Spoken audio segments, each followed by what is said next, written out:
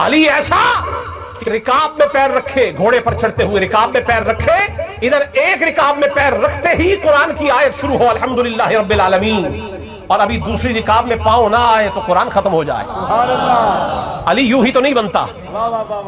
बहुत सारे लोगों ने इस करामत के ऊपर एतराज किया। उन्होंने कहा यह कैसे हो सकता है कि अली एक रिकाब में पांव रखे और दूसरी में रखने से पहले पहले तिलावत कर जाए। इतना तेज कारी तो अगर 1000 कारी बिठा दे, कुरान की 6300 कुछ आयत है जिसे लमसम करके 6666 कहा जाता है, वो कहते हैं अगर 1000 कारी भी हो तो हर कारी 6 आयतें भी पढ़े तो इतनी सी देर में कुरान खत्म नहीं होता। मैंने कहा आम कारी की बात ही नहीं है, जिसे खुद मुस्तफा ने पढ़ाया है उस अली की बात है।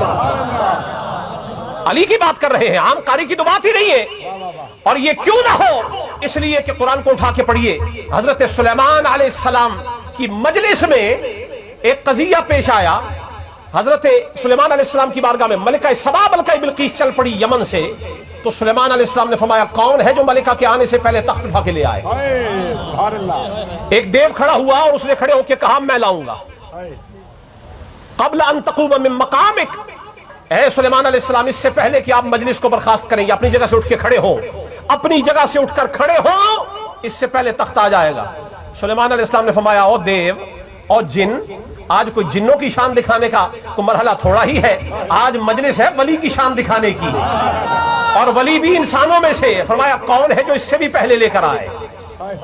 इसी इसना में एक वली खड़ा हुआ जिसका नाम था आसिफ बिन बरखिया। उसने खड़े होकर कहा कि मैं लाता हूं क़ब्ल अन यर्तद्द इलैका तर्फुक, ऐ सुलेमान इससे पहले कि आपकी आंख झपके मैं तख्त ले आऊंगा। अभी आंख ना झपकी थी कि तख्त सामने पड़ा हुआ था। सुलेमान अलैहिस्सलाम नबी है, ये उनके वली का वाकया है। तो हम तो ये मानते हैं कि मुस्तफा से बड़ा नबी कोई नहीं। तो जिस नबी की शान सारे नबियों से बड़ा है, लाजिम है कि उसकी उम्मत के वलियों की शान भी बाकी उम्मत के वलियों से बड़ा होनी चाहिए। अगर हुजूर की उम्मत में कोई ऐसा वली ना हो जो इतनी सी देर में इतना काम कर जाए, तो शान उस वली की औला होगी जिसने आन भर में तख्त ला के रख दिया। तो यहां से मौला अली खड़े हुए कहा घबराओ नहीं, वो बरखिया का कमाल था कि तख्त ले आया है, ये अली का कमाल है। इधर से इधर कदम रखा है तो कुरान पढ़ गया है। वाह क्या बात है। और इस पर कलाम हुआ और इस पर उलमा ने लिखा है कि मौला अली के एक जिस्म का एक एक बाल कुरान पढ़ता था।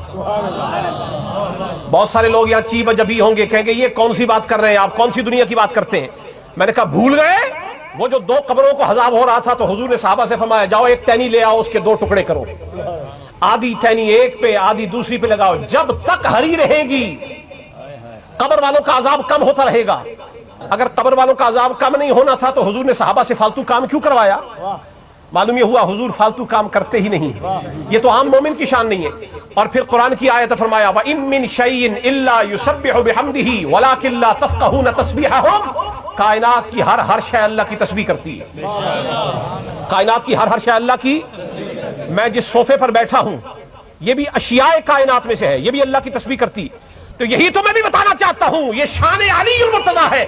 दुनिया की आम चीज अगर अल्लाह की तस्बीह करती है तो जो बाल अली के जिस्म का बाल होगा, एक बाल तो तूने देखा है जो नेज़े पर भी खामोश ना रहा। वीडियो देखने का शुक्रिया। हमारा चैनल सब्सक्राइब कीजिए, लाइक और शेयर करें और घंटी के बटन को दबाना ना भूलिए। शुक्रिया।